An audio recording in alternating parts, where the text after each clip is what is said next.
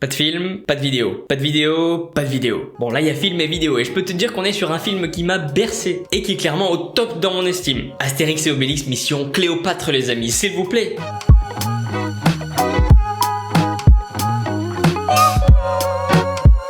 Dans le cinéma, il y a un truc assez connu qu'aiment bien faire les acteurs et les équipes de production, c'est les fameux caméos. Et ici, c'est le producteur Claude Berry qui en a fait un. C'est-à-dire qu'il est apparu dans les films en tant que portraitiste de la reine Cléopâtre. Il s'est donné le rôle d'un artiste. Tu l'avais remarqué? Parce que clairement, moi, je vais pas de mytho, je l'ai appris en faisant mes recherches. Lors de sa production, ce film était le plus gros budget pour un film français, avec 50,3 millions d'euros, autrement dit 330 millions de francs. Est-ce qu'on en a vraiment quelque chose à foutre du montant en francs? Non, je ne crois pas. Mais bon, c'était dans mes recherches, bah alors voilà, je te fais cadeau de cette info quoi. Mais en tout cas c'est clairement un record pour un film français. C'était un gros risque mais vu le carton, ça a plutôt payé cette histoire. Et d'ailleurs ça a tellement été un carton qu'il a dépassé les frontières françaises puisqu'il a été exporté. Mais alors comment une petite comédie française peut conquérir le monde? Tout a commencé à Cannes. Alain Chabat a défendu son long métrage au marché du film. Il a pu diffuser 12 minutes lors d'un instant de promotion et ça a bien plu. Ça a tellement plu que les distributeurs se sont rués sur le film qui a donc vu le jour en Allemagne, dans les pays de l'Est, au Canada, en Grèce, au Portugal, en Espagne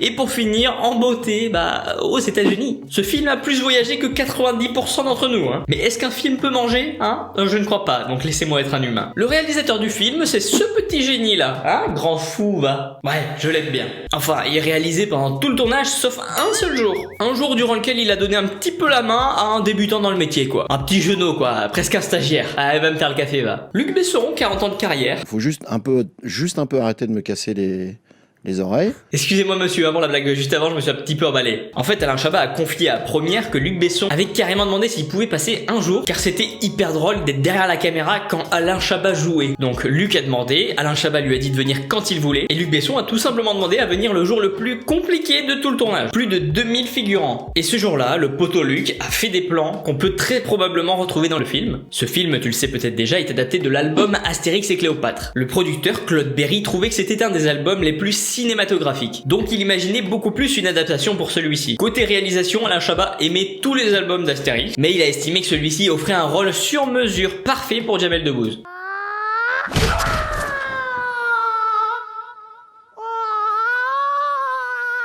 Et pour que ce soit un succès, ils ont mis les moyens, y compris dans les petits détails. Le film, par exemple, nécessitait le travail de 500 ouvriers pour les décors, 2000 figurants, 5000 sandales, plus de 11 km de tissu pour les costumes, c'est énorme, mais aussi une douzaine de perruques pour Monica Bellucci et 1500 pour les autres rôles.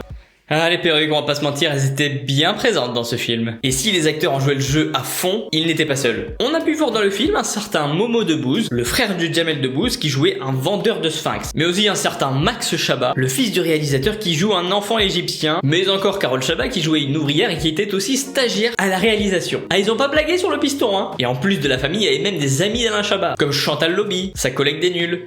Quand je regarde comme ça, on me voit. Si je regarde comme ça, on me voit plus. On me voit, on me voit plus. On me voit plus. On me voit. Super. On me voit plus. On me voit plus, on me voit. On me voit, on me voit plus. On me voit un peu, on me voit plus. On me voit.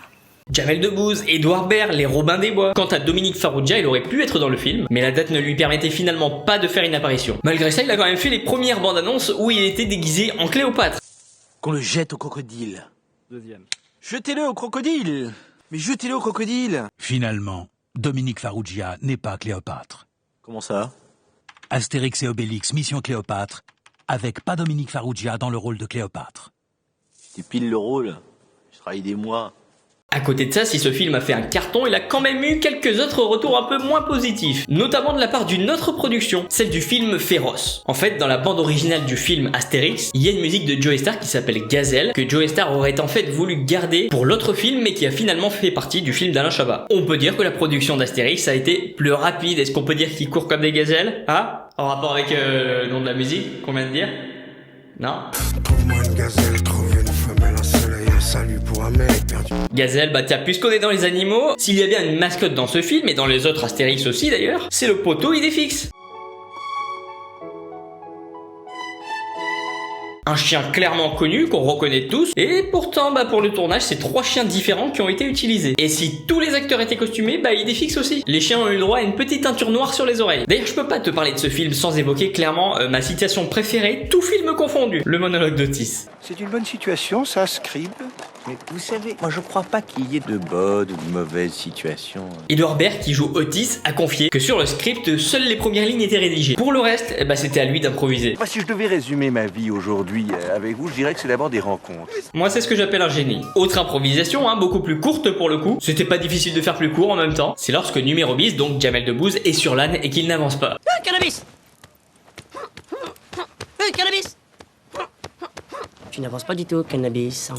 Ouais, voilà, ce U-Cannabis, il était improvisé. Quand on apprend tous ces détails sur le tournage, on se dit que tout était simple et feel good, mais ça n'a pas forcément toujours été le cas pendant les tournages. Les équipes ont tout simplement dû affronter 2 tempêtes de sable, voilà, rien que ça. D'ailleurs, il y en a même une qui a duré 8 heures. Elle est survenue vraiment pile au moment où il ne fallait pas, pendant la préparation d'une scène avec les 2000 figurants. Peut-être même que c'était le fameux jour où il y avait Luc Besson. Clairement, cette tempête a mis un beau stop au tournage pendant 2 bonnes journées. Et quand on sait combien coûte un jour de tournage, c'est un petit détail qui n'a pas dû faire hyper plaisir à la production. On a également eu le droit à des petits messages cachés dans ce film. Si on voit de nombreux hiéroglyphes, certains veulent vraiment dire quelque chose. On pouvait notamment décoder pendant le film. Si vous pouvez lire ça, vous êtes un égyptologue. Des génies, voilà, je le dirai jamais assez. D'ailleurs, on parlait de Joey Starr tout à l'heure. Figure-toi qu'il a failli jouer dans le film. Il devait jouer un égyptien surnommé Nick la Police, mais son personnage a finalement disparu à la 4e version du scénario. On n'a donc pas pu le voir, mais on l'a quand même entendu dans une des musiques du film. Et puisqu'on parle de musique, tiens, n'oublions pas qu'on a eu le droit dans ce film à un titre en duo entre le rappeur Snoop Doggy Dogg et Jamel Debbouze. Inédit mais vrai.